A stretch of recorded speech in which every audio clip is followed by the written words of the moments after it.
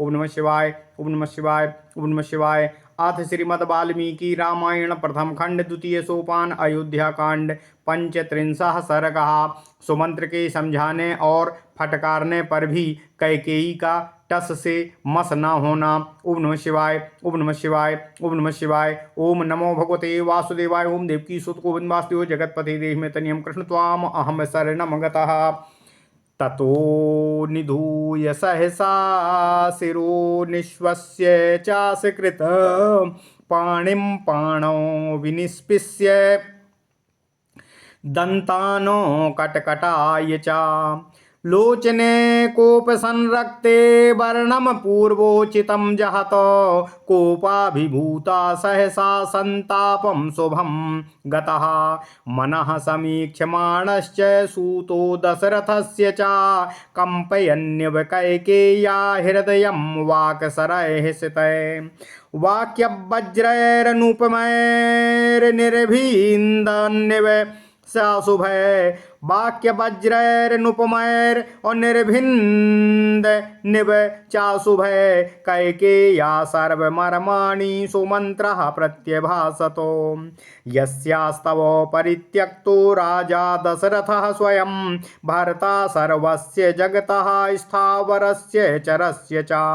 नाह्यकार्ये तमम किंचित् तव देवी विद्यते पतिघ्नीं त्वामहं मन्ये कुलघ्नीमपि चान्ततः।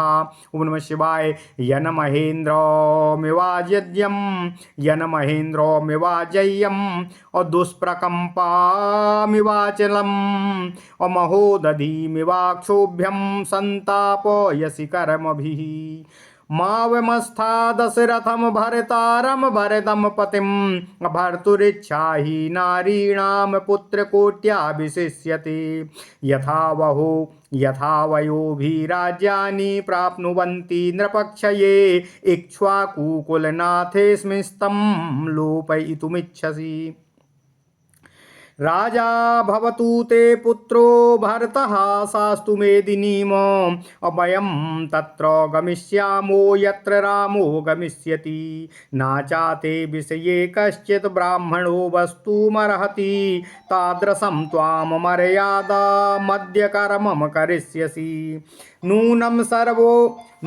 सर्वे गमिष्यामो मार्गं राम निवेशितम्।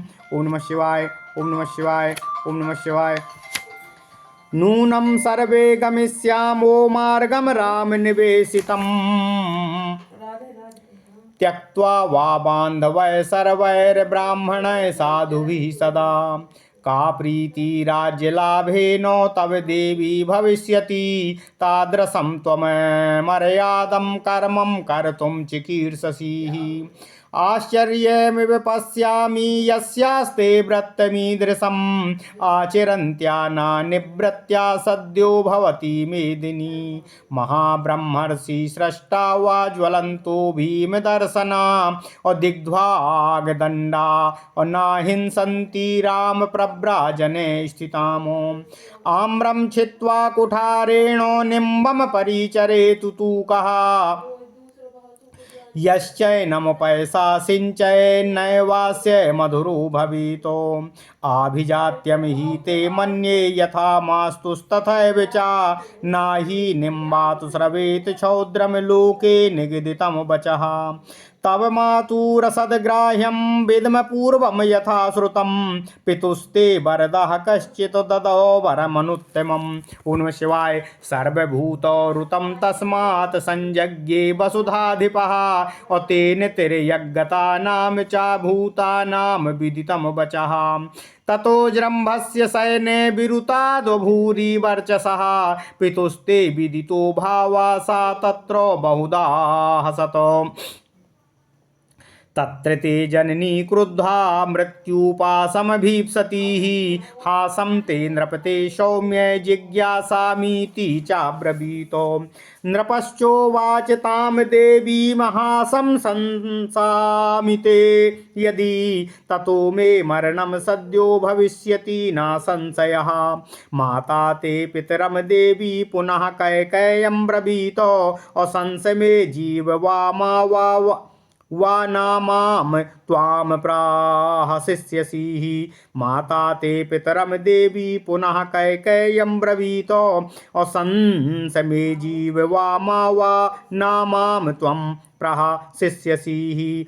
प्रियया च तथोक्ता सा कैकेयः पृथ्वीपतिः। तस्मै तं वरदायार्थं कथयामास तत्त्वतः। ततः सा वरदः साधु राजानां प्रतिभाष्यत। म्रियतां ध्वंसतां देयं म्रियतां ध्वंसतां बेयम् अमाशंसिस्त्वं महीपते। सा तच्छ्रुत्वा वचस्तस्य प्रसन्ना मनसो नृपः। मातरं ते निरयस्यासु विजहारो कुबेरवतो। तथा त्वमपि राजानं दुर्जनाचरिते पथि असद्ग्राहमिमं मोहात् कुरुषे पापदर्शिनीं। सत्यश्चात्र प्रवादोऽयं लौकिकः प्रतिभाति सा। पितॄन् समनुजायन्ते नरा मातर्मङ्गना। नैवं भवग्रहाणेदं यदाह वसुधाधिपः। भर्तुरिच्छामुपास्वेह जनस्यास्य गतिर्भवः।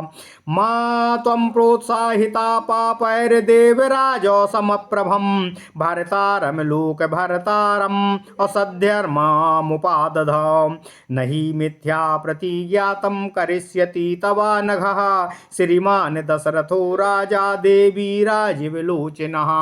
ज्येष्ठो वन्दान्य कर्मण्यः स्वधर्मस्यापि रक्षिता। रक्षिता जीवलोकस्य बलिरामोऽभिषिच्यताम्। परिवादो हि ते देवी महान् लोके चरिष्यति। यदि रामो वनं याति विहाय पितरं नृपम्। स्वराज्यं राघवः पातु भवत्वां विगतज्वरः। न हि ते राघवादन्या क्षमः पुरवरे वसनो। रामे हि यौवराज्यस्थे राजा दशरथो वनं। प्रवेक्ष्याति महेश्वासः पूर्वव्रतो मनुस्मरन्। इति सान्त्वयश्च तीक्ष्णैश्च कैकेयीं राजसंसदि। अभूया संक्षोभयामास सुमन्त्रस्तु कृताञ्जलिः। नैव सा क्षुभ्यते देवी नाचा स्म परिदूयते। और नाचा श्यामुखवर्णस्य लक्ष्यते विक्रिया तदा। ओम नमः शिवाय ओम नमः शिवाय ओम नमो भगवते वासुदेवाय। ओम देवकी सुत गोविंद वासुदेव जगतपते देहि में तनियम कृष्ण त्वाम अहम शरणम गतः। अथ श्रीमद् वाल्मीकि रामायण प्रथम खंड द्वितीय सोपान अयोध्या कांड 35वां सर्ग। सुमंत्र जी के समझाने पर भी कैकेयी का टस से मस ना होना। ओम नमः शिवाय ओम नमः शिवाय। महाराज दशरथ के सम्मुख पहुंचकर जब राम बन जाने के लिए पिताश्री से विदा मांगने लगे तब महाराज दशरथ बार बार उनसे बात करते हुए निश्चित हो जा रहे थे। इसके बाद होश में आने पर सारथी सुमंत्र सहसा उठकर खड़े हो गए। उनके मन में बड़ा ही संताप हुआ जो बहुत ही अमंगलकारी था। वे क्रोध के मारे कांपने लगे। उनके शरीर और मुख की पहली ही स्वाभाविक कांति बदल गई थी। वे क्रोध से अपनी आंखें लाल करके दोनों हाथों से अपना सिर पीटने लगे और बारंबार लंबी लंबी सांस खींचकर हाथ से हाथ मलकर दांत कटकटाकर राजा दशरथ के मन की वास्तविक अवस्था को देखते हुए अपने अंतर्मन में क्षुब्ध होते हुए अपने वचन रूपी तीखे बाणों से कैकेयी के हृदय को कंपित सा करते हुए इस प्रकार से बोले। अपने अशुभ एवं अनुपम वचन रूपी वज्र से कैकेयी के सारे मर्म स्थानों को विदीर्ण सा करते हुए सुमंत्र ने उनसे इस प्रकार कहना आरंभ किया। हे देवी, जब तुमने संपूर्ण चराचर जगत के स्वामी स्वयं अपने पति महाराज दशरथ का ही त्याग कर दिया है, तब इस जगत में ऐसा कौन कुकर्म नहीं है जिसे तुमने ना कर लिया हो। मैं तो समझता हूँ कि तुम पति की हत्या करने वाली ही हो, अंततः कुल घातिनी भी हो। हे देवी, जो देवराज इंद्र के समान अजेय, पर्वत के समान अकंपनीय और महासागर के समान क्षोभ रहित हैं, उन महाराज दशरथ को भी तुमने अपने कर्मों से संतप्त और दुखी कर दिया है। राजा दशरथ तुम्हारे पति हैं, तुम्हारे पालक हैं और तुम्हारे वरदाता हैं। तुम इनका अपमान कदापि ना करो। नारियों के लिए पति की इच्छा का महत्व करोड़ों पुत्रों से भी अधिक श्रेष्ठ और यशस्वी होता है। इस कुल में राजा का परलोकवास हो जाने पर पुत्रों की अवस्था का विचार करके जो ज्येष्ठ पुत्र होते हैं वही राज्य को प्राप्त करते हैं। राजकुल के इस परंपरागत आचार को तुम इन इक्ष्वाकु कुल वंश के स्वामी महाराज दशरथ के जीते जी ही अपने कर्मों से मिटा देना चाहती हो। हे देवी, तुम्हारे पुत्र राजा भरत हो जाएं और इस पृथ्वी का संपूर्ण शासन करें, किंतु हम लोग तो वहीं चले जाएंगे जहां श्री राम जी जाएंगे। हे देवी, तुम्हारे राज्य में कोई भी ब्राह्मण निवास नहीं करेगा। यदि तुम आज वैसा मर्यादाहीन कर्म करोगी तो हे देवी, ओम नमः शिवाय, ओम नमः शिवाय, ओम नमः शिवाय।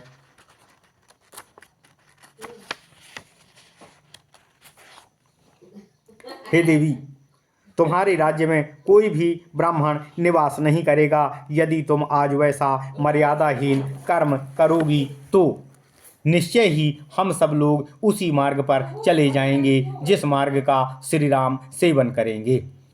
हे देवी, संपूर्ण बंधु बांधवों और सदाचारी ब्राह्मण भी तुम्हारा त्याग कर देंगे। हे देवी, फिर इस राज्य को पाकर तुम्हें क्या आनंद मिलेगा? तुम इसका क्या सुख भोग करोगी?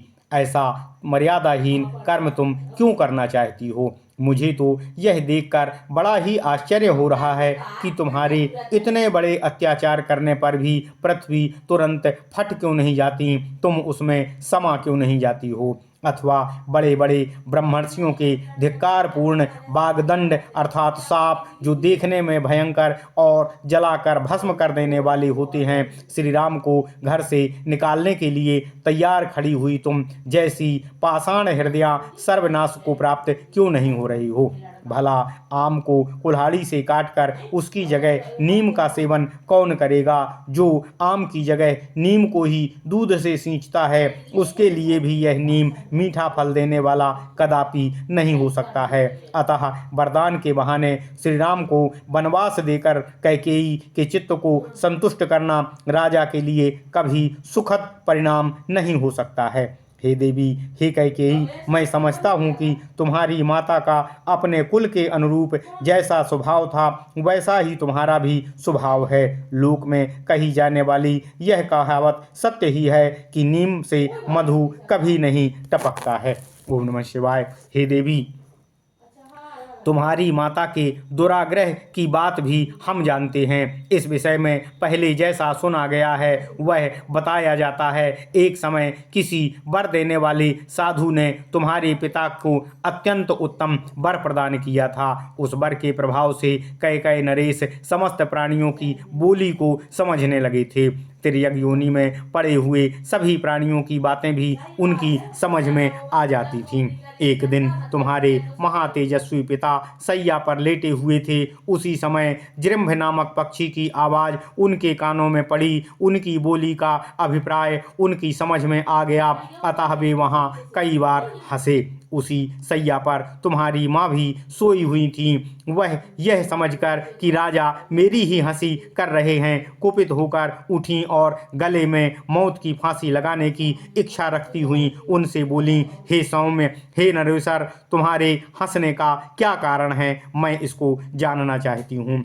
तब राजा ने उन देवी से कहा, हे रानी, यदि मैं अपने हंसने का कारण बता दूं तो उसी क्षण मेरी मृत्यु हो जाएगी, इसमें संशय नहीं है। देवी, यह बात सुनकर तुम्हारी माता उन रानी देवी ने पिता कैकेयी राज से फिर कहा, तुम जियो या मरो, मुझे इसका कारण अवश्य बता दो। भविष्य में तुम फिर मेरी हंसी नहीं उड़ा सकोगे। अपनी प्यारी रानी के ऐसा कहने पर कैकेयी नरेश ने उस वर देने वाले साधु के पास जाकर सारा समाचार ठीक ठीक उस साधु से कह सुनाया। तब उस वर देने वाले साधु ने राजा को उत्तर दिया, हे महाराज, रानी मरे या घर से निकल जाए, तुम कदापि यह बात उसे न बताना। प्रसन्न चित्त वाले उस साधु का यह वचन सुनकर कैकेयी नरेश ने तुम्हारी माता को तुरंत ही घर से निकाल दिया और स्वयं कुबेर के समान विहार करने लगे। तुम भी उसी प्रकार दुर्जनों के मार्ग पर स्थित हो पाप पर ही दृष्टि रखकर मोहवश राजा से यह अनुचित आग्रह बार बार क्यों कर रही हो? आज मुझे यह लोकोक्ति 16 आने सच मालूम होती है कि पिता पुत्र के समान होते हैं और कन्याएं माता के समान होती हैं। सुमंत्र जी कहते हैं, हे देवी, ऐसी ना बनो, ऐसा ना करो। इस लोक को अपने जीवन में चरितार्थ, इस लोकोक्ति को अपने जीवन में चरितार्थ ना करो कि तुम भी अपनी माता के समान ही निष्ठुर और कठोर हो।